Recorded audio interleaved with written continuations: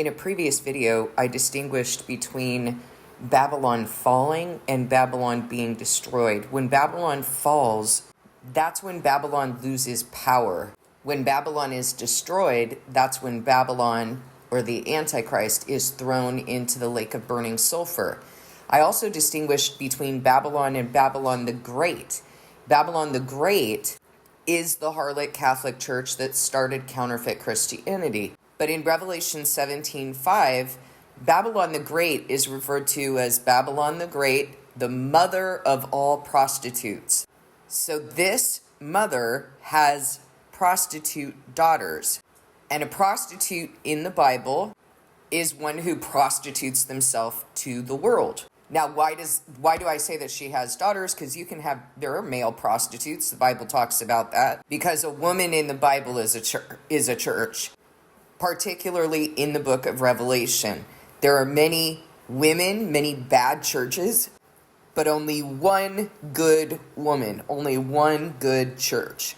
And in Daniel 2, there are 5 kingdoms that that Nebuchadnezzar saw in his dream, represented in that statue. Babylon, Medo-Persia, Greece, pagan Rome, and papal Rome. And we know that the 5th kingdom is the one that's going to be brought down by the rock that's cut out not by human hands. And that rock is going to be thrown to that 5th kingdom of papal Rome. And all other kingdoms are going to come down. So that will be the destruction of the Antichrist and of the false prophet and all of these kings that have supported her. And in Daniel 2, we're told that this is a divided kingdom. It's made of partly of iron and partly of baked clay, 2 materials that do not adhere to one another. So what is all of this peculiar language of divided kingdom? Remember, Jesus said a divided kingdom will not stand. And he wasn't saying, therefore there are no divided kingdoms. He was letting you know a divided kingdom is going to be taken down. What does all of this look like? Well, I hear a lot of pastors saying things like, there's too much infighting in God's church. All throughout history, you can see that Protestants persecuted Catholics and Catholics persecuted Protestants, and both of them persecuted real Christians. And of course, I don't put them in the same category as real Christians because there is the great harlot, the prostitutes that bore out of her, and then there are Christians who do not prostitute themselves to anything. The fighting is not going on between true Christians and anyone else. Because God's kingdom is not of this world, and they don't fight like the world fights. Jesus already said that. He said that to Pilate. And he commanded his people to turn the other cheek and not to engage in any behavior where anyone could speak ill of them, anyone could slander them. That doesn't mean people don't slander them, but it means that they don't engage in behavior where people could. They're not guilty. Their hands have been kept clean. In Revelation 17, verse 15, it says, "Then the angel said to me, the waters you saw where the prostitute sits are peoples, multitudes, nations, and languages." Okay, so she's sitting worldwide. She's worldwide. She's everywhere. This Babylon the Great, this great harlot. The beast and the 10 horns you saw will hate the prostitute. The beast is the Antichrist. The beast is this kingdom that she started. So her own kingdom is going to hate her. The 10 horns are 10 horns that the beast is wearing. Remember that this is a combination of church and state. She's been fornicating with the kings of the earth. She is both church and state. She is both papal Rome, and she's been fornicating with these kings of the earth. She's wearing these 10 horns, which are the 10 Germanic tribes that were sort of tormenting Rome. And in Daniel 7, you see that they came out of that 4th kingdom of pagan Rome, and they have become Western Europe. That's the support that you see in Western Europe. And they're actually going to hate the prostitute. And it says they will bring her to ruin and leave her naked. They will eat her flesh and burn her with fire. For God has put it into their hearts to accomplish his purpose by agreeing to hand over to the beast their royal authority until God's words are fulfilled. So God has put it into their heart to support her and give her their power and authority until his words are fulfilled. So they give her all of this, and then they turn on her. They eat her flesh and burn her with fire. That is not the destruction of Babylon the Great. That is the fall of Babylon the Great. And so when we talk about these different kingdoms, Babylon fell to Medo-Persia, Medo-Persia fell to Greece, Greece fell to pagan Rome fell to papal Rome fell to communism, communism fell to the United States. The United States is going to fall to what? The image of the Antichrist, counterfeit Israel. That's who's going to bring the United States down. That's the thanks. Really, it's kind of ironic. That's the thanks for the two purposes that the United States has had. Revelation 17 says it must stay for a little while. Two purposes that it has. One is testify to the Antichrist and make people worship it. The other is to set up the image of the beast. So it has created this beast, and that beast turns on it. Is God the king of irony or what? Same thing that's happening here. Babylon the Great created this kingdom. These are her daughters that bore out of her, and they're the ones turning on her, stripping her naked, eating her flesh, burning her with fire. The woman you saw is the great city that rules over the kings.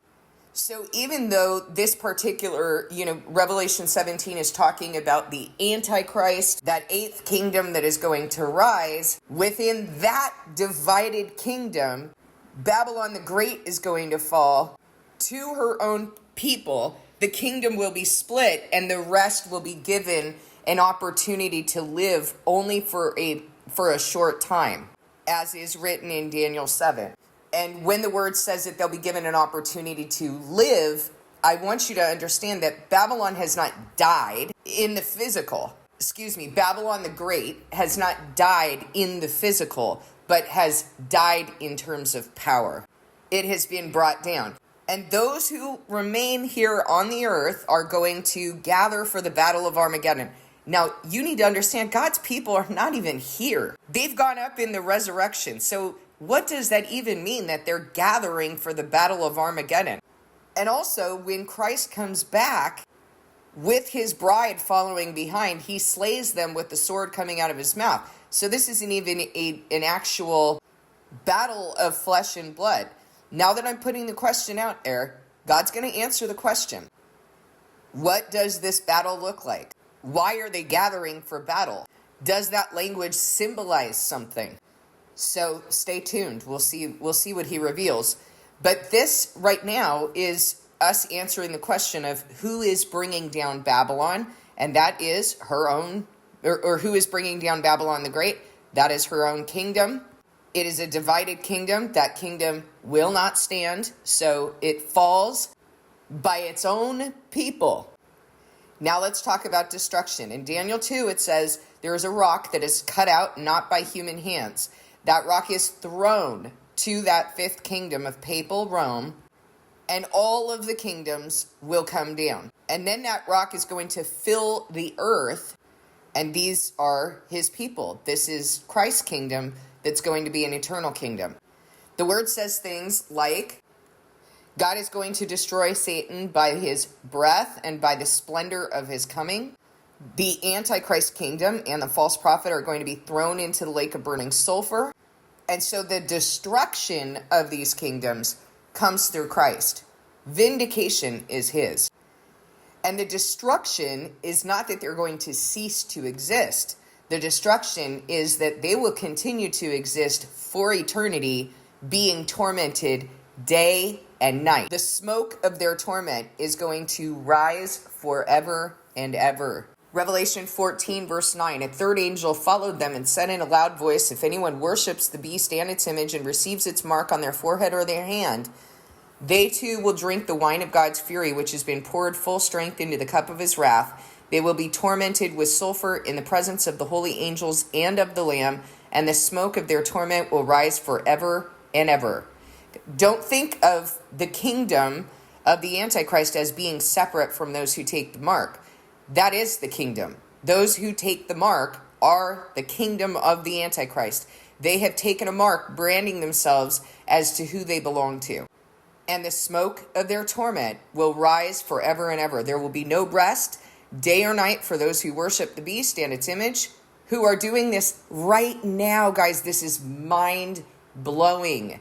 The image is counterfeit Israel. There are counterfeit Christians, Zionists, who are worshiping this image right now. I know some of them. It blows me away that I am seeing in biblical prophecy what is happening right now, what is unfolding right now. So the Antichrist doesn't even need to be reigning yet for this to happen. I've had people accuse me because of the things that I say, because of the truth that's written in God's word, accuse me of somehow hating Jews or being anti-Semitic. Guess what? This is not a race issue. This is not an ethnic issue. I don't hate Jews. There are Jewish Christians. The first Christians were Jews. Jesus was a Jew. So that's ridiculous. What I'm talking about is a truth issue, a gospel issue. But see, the word says that those who do not love truth have rejected truth and rejected knowledge, and so God rejects them as his priests. The word also says that there are those who claim to be Jews, though they are not, but are of the synagogue of Satan, and God is going to make them bow down to his people and acknowledge that he has loved them. Why? Because they do this very thing.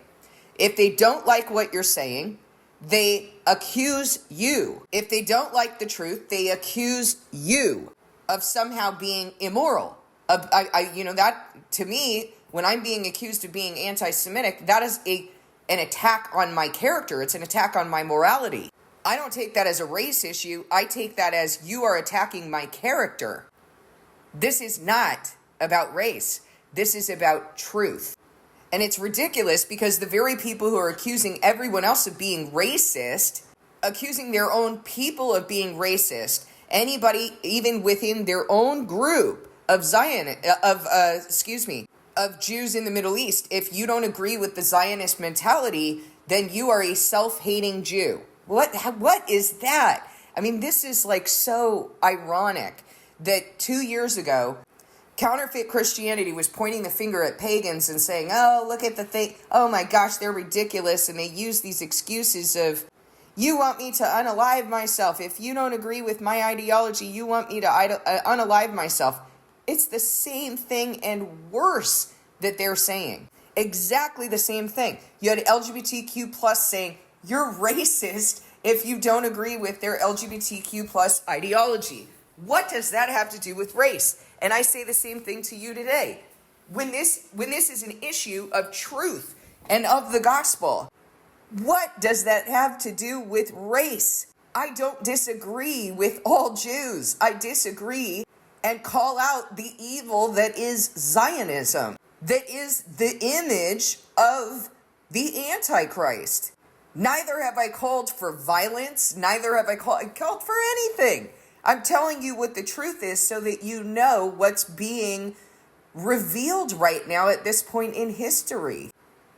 It is just unfathomable that God has, planted all of these twists and turns to expose the hypocrisy, the blatant hypocrisy of those who could see so clearly in pagans and then go and do the same darn thing.